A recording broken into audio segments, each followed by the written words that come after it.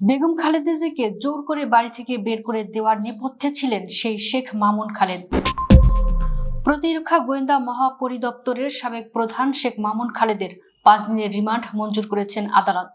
বৃহস্পতিবার ঢাকার metropolitan magistrate Siddique Azad শুনানি শেষে 5 দিনের রিমান্ড মঞ্জুর করেন। মিরপুর মডেল থানার জুলাই আন্দোলনের দেলোয়ার হোসেন হত্যা মামলায় 7 দিনের রিমান্ড আবেদন করে তাকে সিএমএম আদালতে হাজির করা হয়।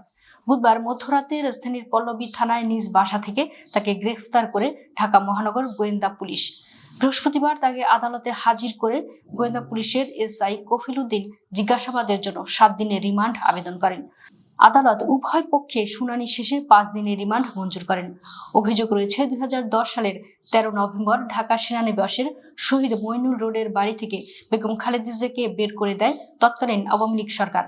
এই কাজের যে কজন কুশীলব পেছন থেকে ভূমিকা পালন করেন তাদেরই একজন প্রভাবশালী সেই ডিজিএফআই এর সাবেক মহাপরিচালক শেখ মামুন খালেদ।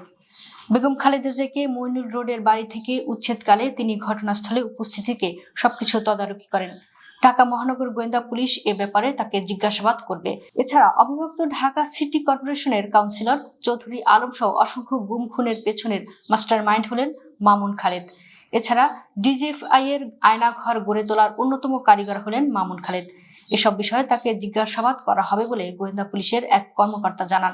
মামুন খালেদকে আদালতে তোলার পর রাষ্ট্রপক্ষে ঢাকা মহানগর পাবলিক প্রসিকিউটর ওমর ফারুক ফারুকী রিমান্ডের পক্ষে যুক্তি তুলে ধরে বলেন, ছাত্র আন্দোলনের সময় আন্দোলনকারীদের এ আসামির নির্দেশে হামলা ও গুলি চালানো হয়। সেখানে দেলোয়ার নামে একজন নিহত হন। এ আসামি আগের রাজনৈতিক ইতিহাস সবাই জানেন। 1/11 সময়কার কুশীলবদের একজন, তখন তিনি ডিজিএফআই এর কর্মরত ছিলেন। এ আসামি ব্যবসায়ী রাজনৈতিক নেতাদের বন্দী করে কোটি কোটি টাকা হাতিয়ে নেন এবং হেনস্থা করেন। পরবর্তী সময়ে শেখ হাসিনাকে ক্ষমতায় আনতে যারা সহযোগিতা করেন তার মধ্যে তিনি একজন। পুরস্কার স্বরূপ ডিজিএফআই প্রধান হন। তিনি আরো বলেন, ডিজিএফআই প্রধান হওয়ার পর মামুন খালেদ আয়নাঘর তৈরি করেন, যেখানে অত্যাচার, গান পাউডার দিয়ে মানুষ পুড়িয়ে মারা সহ নানা অপরাধ করেন। পাশাপাশি ডিজিএফআইকে রাজনৈতিকরণ করতে ভূমিকা রাখেন। জলসিঁড়ি প্রকল্পের কোটি কোটি টাকা হাতিয়ে নেন। এসব বিষয়ে ইতিমধ্যে আদালত তার স্ত্রী সহ বিদেশ যাত্রায় নিষেধাজ্ঞা দেন। রাষ্ট্রপক্ষের এ আইনজীবী বলেন, 3 বারের সাবেক প্রধানমন্ত্রী বেগম খালেদা জিয়াকে ক্যান্টনমেন্টের বাড়ি থেকে এক কাপড়ে বের করে দেন এই মামুন খালেদ। এসব কারণে শেখ হাসিনার অনেক সুযোগ সুবিধা পান তিনি। 2013 সালের কথা। শেখ মামুন খালেদ তখন বাংলাদেশ সেনাবাহিনীর কোয়ার্টার মাস্টার জেনারেল পদে। সেনাপ্রধান পদে ছিলেন ইকবাল করিম ভূঁইয়া। সেনা প্রধানের সঙ্গে দ্বন্দ্বের জের হিসেবে 2013 সালের মার্চে ডিজিএফআই এর ডিজি পদ থেকে সরিয়ে তাকে কিউএমজি পদে দেওয়া হয়। তবে তৎকালীন প্রধানমন্ত্রী শেখ হাসিনা কোনো ক্রমেই মামুন খালেদকে সরাতে চাইছিলেন না। কারণ 1/11 থেকে আওয়ামী লীগের ক্ষমতায় আসা পর্যন্ত শেখ মামুন খালেদ অত্যন্ত গুরুত্বপূর্ণ ভূমিকা পালন করেছেন। একদিকে বিএনপিকে নানা কৌশলে ধোঁকা দিয়েছেন, ঘায়েল করেছেন, অন্যদিকে আওয়ামী লীগের ক্ষমতায় আসার পথ মসৃণ করেছেন।